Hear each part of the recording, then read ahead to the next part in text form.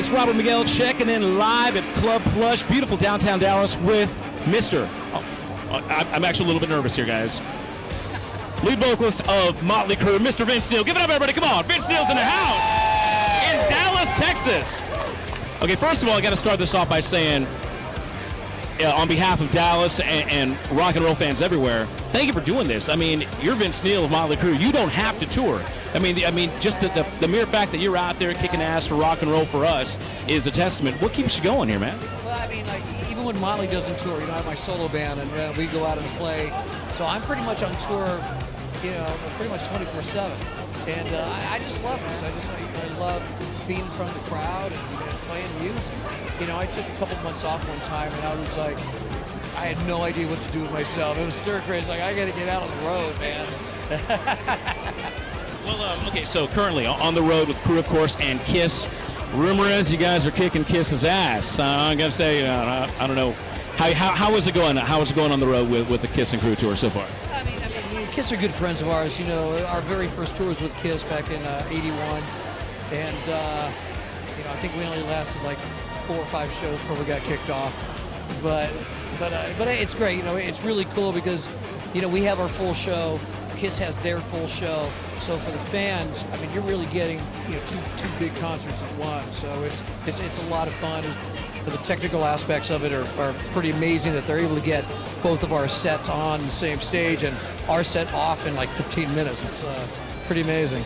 Okay, so you referenced toured back in '81 with KISS. Lots has changed in rock and roll, in the music industry, in the world in that 30-something years. What are the major differences? What's and of course you've changed a lot too. What are the major differences between like this time and that time?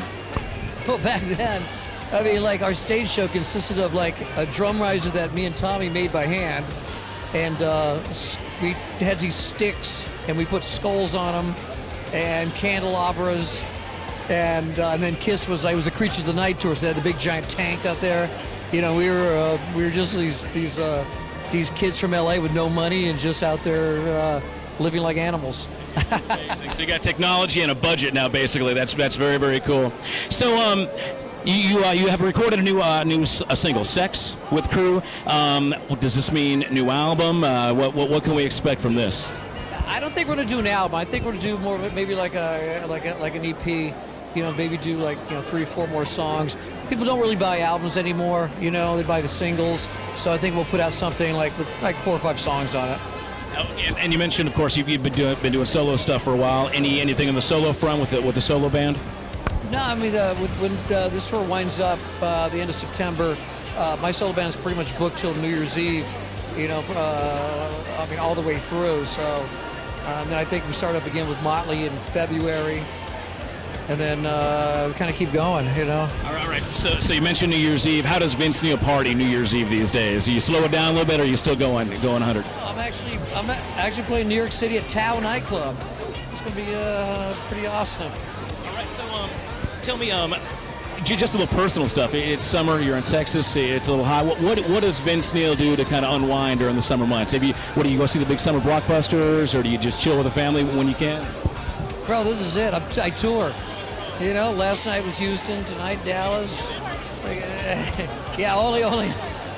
Pool parties. That's about it. Because we only have we play 5 days a week, so it's hard. Those days off, you really want to make them your days off. You know what I mean? It's like, so if you got to lay at the pool, hang out, and just try and relax because then you have 3 in a row coming up. Well, now there are some great local bands playing tonight that you're going to be in front of, and this is just a typical interview question, but there are so many great unsigned and unheard of bands that look up to you. You're just the rock legend of God. Any advice for the guys that are just they're doing their garage bands, trying to get out there? Things have changed, obviously, with the internet and iTunes and whatnot. Well, what's your advice these days to a band that's just trying to get out of the garage? I think the main thing is like bands have to do is they have to play as much as they can. Play anywhere. If it's a wedding, play it. If it's a restaurant, play it. If it's a rock, because the experience you can't beat not having experience. So so you have to play in front of people to kind of hone your craft, and that's where people kind of forget. They go, we're not going to play this. We're like too much above it. No, you're not. Play and you humble yourself. I played weddings, many weddings. Have you played? I played a lot of weddings when I was a kid. Any notable weddings? Oh, absolutely not. Very good. Everybody give it up, Vince Neil, Motley Crue here in Dallas, Texas tonight. Thank you so much, Vince. We really appreciate you, man. Thank you so much, brother. All right.